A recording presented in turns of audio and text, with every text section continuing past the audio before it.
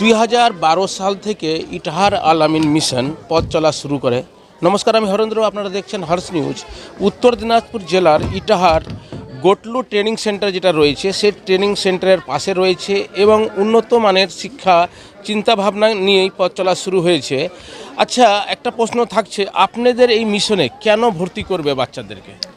আমাদের এই মিশনে ভর্তি করানোর জন্য আমরা এই জন্যই আবেদন রাখবো যে এখানে ভর্তি হলে বাচ্চা কোয়ালিটি এডুকেশন পাবে, মোরাল এডুকেশন পাবে, রিলিজিয়াস এডুকেশন পাবে, ট্যালেন্ট ডেভেলপমেন্টের উপযুক্ত পরিষেবা পাবে, সেই সাথে সোশ্যাল এনগেজমেন্টের জন্য উপযুক্ত পরিষেবা পাবে এবং দেশপ্রেম সঠিকভাবে সমৃদ্ধ করার শিক্ষা পাবে।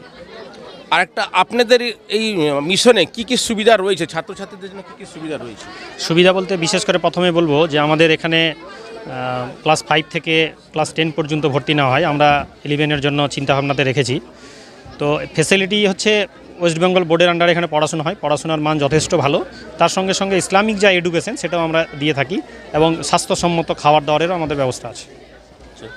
এই এখনও কি আপনাদের সিট ক্যাপাসিটি রয়েছে? কেউ যদি ভর্তি হতে চায় কতজনকে ভর্তি নিতে পারবেন আপনারা? আমাদের যা সিট ছিল বয়েজ ক্যাম্পাসে সেটা আমাদের ম্যাক্সিমাম হয়ে গেছে, আমরা বয়েজের জন্য আর নিতে পারছি না।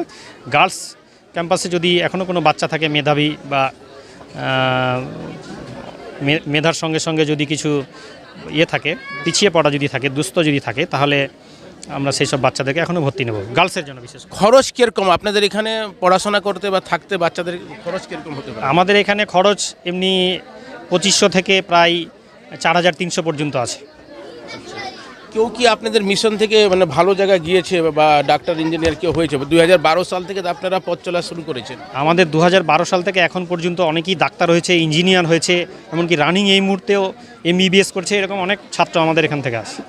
আপনার নাম ও পরিচয়? আমার নাম কাজী আব্দুর রাজ্জাক, ইটাহার আল আমিন মিশনের কর্ণধার। যদি কেউ ভর্তি হতে চায় বা আসতে চায় মিশনে, তাহলে যোগাযোগ ঠিকানাটা কি রয়েছে আপনাদের? আমাদের ইটাহার আল আমিন মিশনের যেটা মেন ক্যাম্পাস, প্রথম থেকে ইটাহার 2012 সাল থেকে এখনও পর্যন্ত যেই জায়গাতে আছে সেটা হোমগার্ড ট্রেনিং সেন্টার, ইটাহার, উত্তর দিনাজপুর।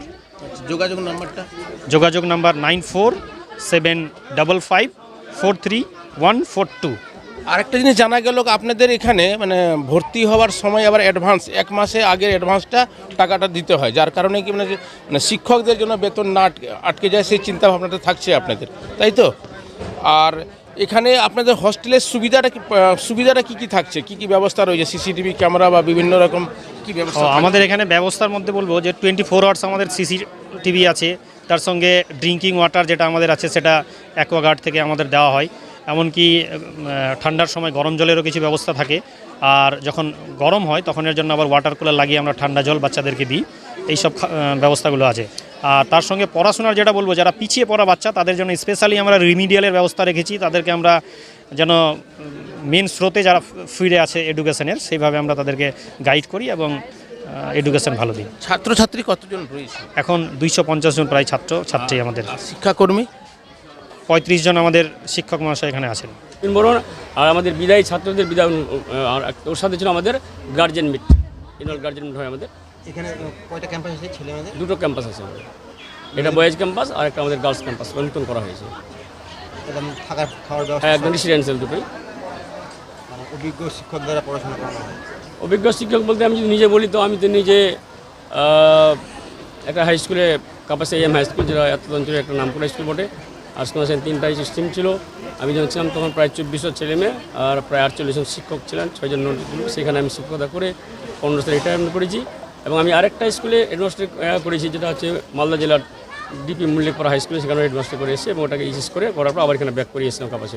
সেখানে রিটায়ার আমি 2015 রিটায়ার করেছি। রিটায়ার করার পর যেহেতু আমার এখানকার মালিক যে ডিরেক্টর আমার ছাত্রই, ওর রিকোয়েস্টে আমি এখানে আছি। আপনাদের কাছে দিতে চাই, আমরা আপনাদেরকে প্রেসার ক্রিয়েট করে বলতে চাই না, করজোড়ে অনুরোধের সাথে আবেদনের সুরে বলতে চাই যে আমাদের মিশনের যে চ্যালেঞ্জিং সিচুয়েশন মানে ইটাহারে অনেক মিশন তৈরি হয়েছে এবং ডুবে গেছে, অনেক মিশন তৈরি হয়েছে এবং ভেঙে গেছে, কিন্তু ইটাহার আল আমিন মিশন 2012 সাল থেকে আজ পর্যন্ত মাথা উঁচু করে দাঁড়িয়ে তার নিজের রাস্তায় এগিয়ে চলেছে। এই চ্যালেঞ্জিং সিচুয়েশনকে ঠিক রাখার জন্য আমরা আমাদের শিক্ষকদেরকে প্রত্যেক মাসে তাদের যে ন্যূনতম পাওনা, ন্যূনতম পারিশ্রমিক, এই ন্যূনতম পাওনা, ন্যূনতম পারিশ্রমিক আমরা তাদের পকেটে দিয়ে দেওয়ার চেষ্টা করি প্রত্যেক মাসের শুরুতে। বড় হয়ে কি হওয়ার ইচ্ছা? আমি বড় হয়ে আপাতত বিজনেসম্যান হওয়ার ইচ্ছা আছে। কেন বিজনেসম্যান? সবাই তো পড়াশোনা করে চাকরি চিন্তা ভাবনা করে, তুমি বিজনেসম্যান হওয়ার চিন্তা ভাবনা কেন?